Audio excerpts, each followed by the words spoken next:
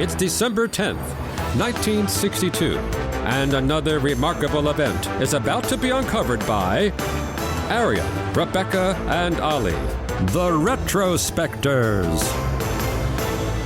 Frank Sinatra Jr. lived his whole life in his famous father's shadow, and even his kidnapping ended up being subsumed to the larger story of Frank Sinatra Sr. agreeing to pay a $240,000 ransom, as he did on this day, for the release of his then 19-year-old son, who had been the victim of a pretty amateurish, but probably quite frightening, kidnapping. But for an amateurish kidnapping, actually quite a lot of thought went into it by the chap who was the kind of mastermind, if you can credit him with being a mastermind. His name was Barry Keenan.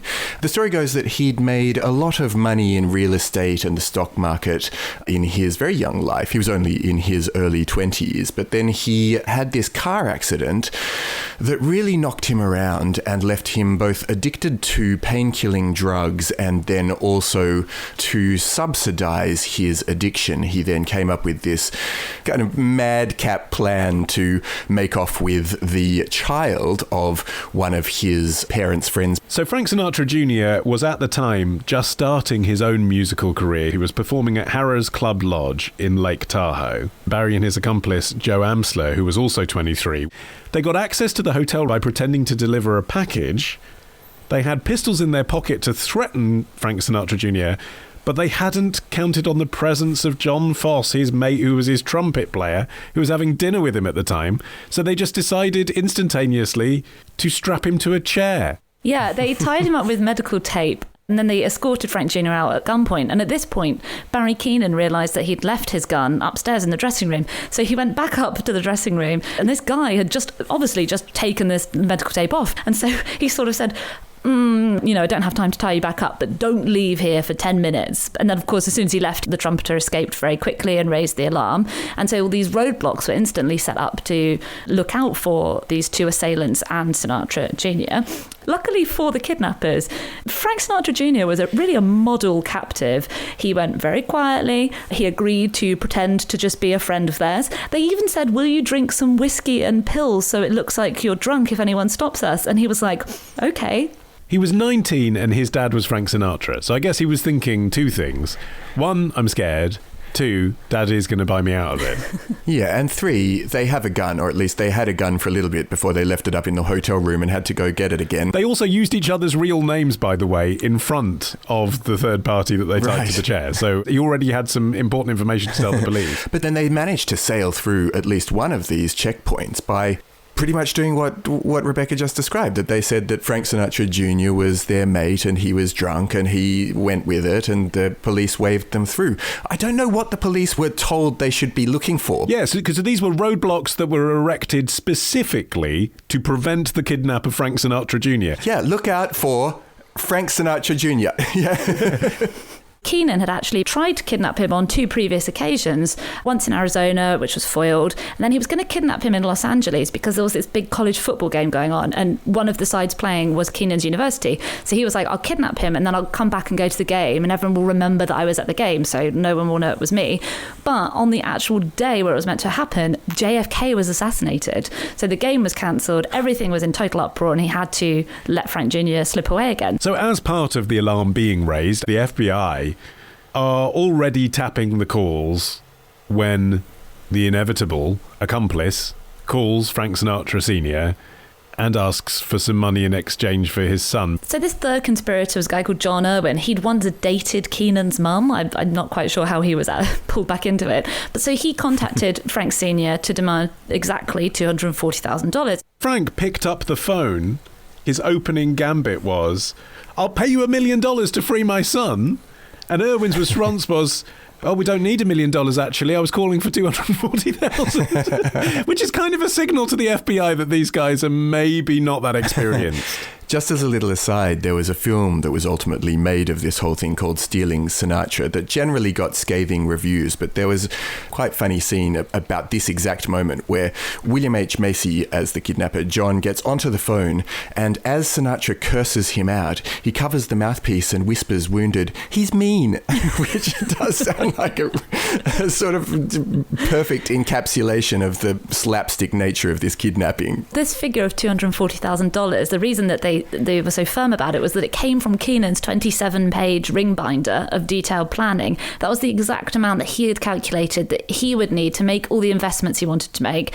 The booklet also included a section on possible upsides for the Sinatra family, including that it would bring them closer together and it might take attention away from a money laundering investigation that was involving Frank Sinatra Sr. at the time. So the FBI advised Sinatra Sr. to pay the ransom of $240,000 in cash, but the FBI had recorded the money's serial numbers. Yeah, so the money was dropped off as prearranged at a gas station. Keenan and Amslet picked it up, while Irwin was kind of confused about what to do, and he just sort of let Sinatra Jr. go. He wandered around for a while until he found a security guard who drove him to his mother's house.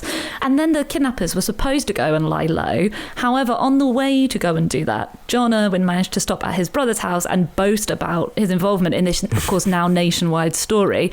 And the brother just tipped off the FBI, and within a couple of days, all three of them had been arrested, and most of the ransom money had been recovered. So it did get to court, and the line that the defence team came up with, and I suppose this was the best defence they had, really, because we've touched on what amateur hour this was, but I mean, they'd left fingerprints on the tape that they'd used to tape the guy to the chair. The FBI had recordings of them agreeing to the ransom. The police had also found the disguises that they'd left behind in their hotel room opposite the casino, which they forgot to check out of. And by the way, the disguises were moustaches. Yeah. Like a funny Groucho one. They're like, "It's me, I've come to deliver a parcel." And obviously they'd been caught with most of the money.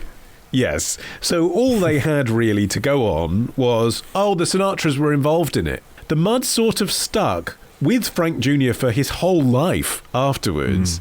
That he would be interested in the publicity somehow of this kidnapping scheme because his career had never matched his father's. And it's so interesting because it's like, from this distance, it's obvious that his career never matched his father's because he wasn't Frank Sinatra. I mean, he had like the voice of the century. Like, of course he wasn't Frank Sinatra. And if anything, you sort of think like the fault for that particular psychological time bomb was on Frank. Like, why name your son Frank Sinatra Jr.? That's going to be a hard thing to live up to if you go into music, isn't it? But of course, you know, he wasn't Frank Sinatra. He wasn't as famous as Frank Sinatra Sr. So it's sort of stuck, this idea that, like, he'd try and leverage himself some extra fame if he wanted a career in music. And that's why he'd set this up. But it was obviously completely untrue. Well, and the reason that line of argument was able to hold some water in the absence of any evidence proving it was true was that there was a very unusual celebrity witness, Dean Torrance of the surf rock duo Jan and Dean, probably best remembered now for Surf City USA. He was called in to testify because he was Barry Keenan's best friend, and he actually shared a safety deposit box with him, which some of the money and a confession note that Keenan had written for his parents was found in. And initially, Dean denied all knowledge of the scheme, but then he came back into court, U-turned, and admitted that he knew all about the plan. Keenan had shown him his 27-page ring binder, and he'd actually given Keenan $1,000 that he said was basically seed money for the kidnapping. But he claimed that he thought that, you know, obviously Keenan had this prescription pill addiction, and there's some evidence he might have been suffering from some psychosis, so he never thought that he would go through with it. But his involvement gave credence to this idea that it was some kind of industry inside job. Ultimately, though, Keenan's defence was unsuccessful, and he was sentenced to 75 years in prison, of which he only actually served 4 years. How did that happen? Because you can halve a sentence, can't you? And then you can take a bit more off for good behaviour. But how does 75 become 4? Well, I gather that his mental health was under question, not only through the trial itself, but also once he was imprisoned. You know, even to this day, he says, To kidnap the son of one of the most famous men in America who was known to have mafia ties is not a sane thing to do. No, but I mean, if you discount everyone who's incarcerated in America who committed a crime because they were on drugs, needed drug money, and did a slightly mad thing, you wouldn't have many people left, would you? So that he still seems to have received some sort of special treatment. I mean, regardless, he then got out of prison and went on to have a really successful real estate career, not dissimilar to the plan that he'd set out in The Ring Binder, for which he needed $240,000 as seed money, and has become a multimillionaire to the tune of $17 million. So he was obviously a person of some capacity behind this slightly crazy scheme. Well, I mean, he earned $17 million through real estate. What could he have earned? Maybe these were properties that should have gone for $100 million. He was like, don't need that, just need $17 million. Just $240,000 per property, actually. That's fine, that's all we need. Yeah. Tomorrow. If an actor tries to compete with the silliness and upstage the Muppets, it doesn't work. Ditch the ads and get a Sunday episode when you join Club Retrospectors.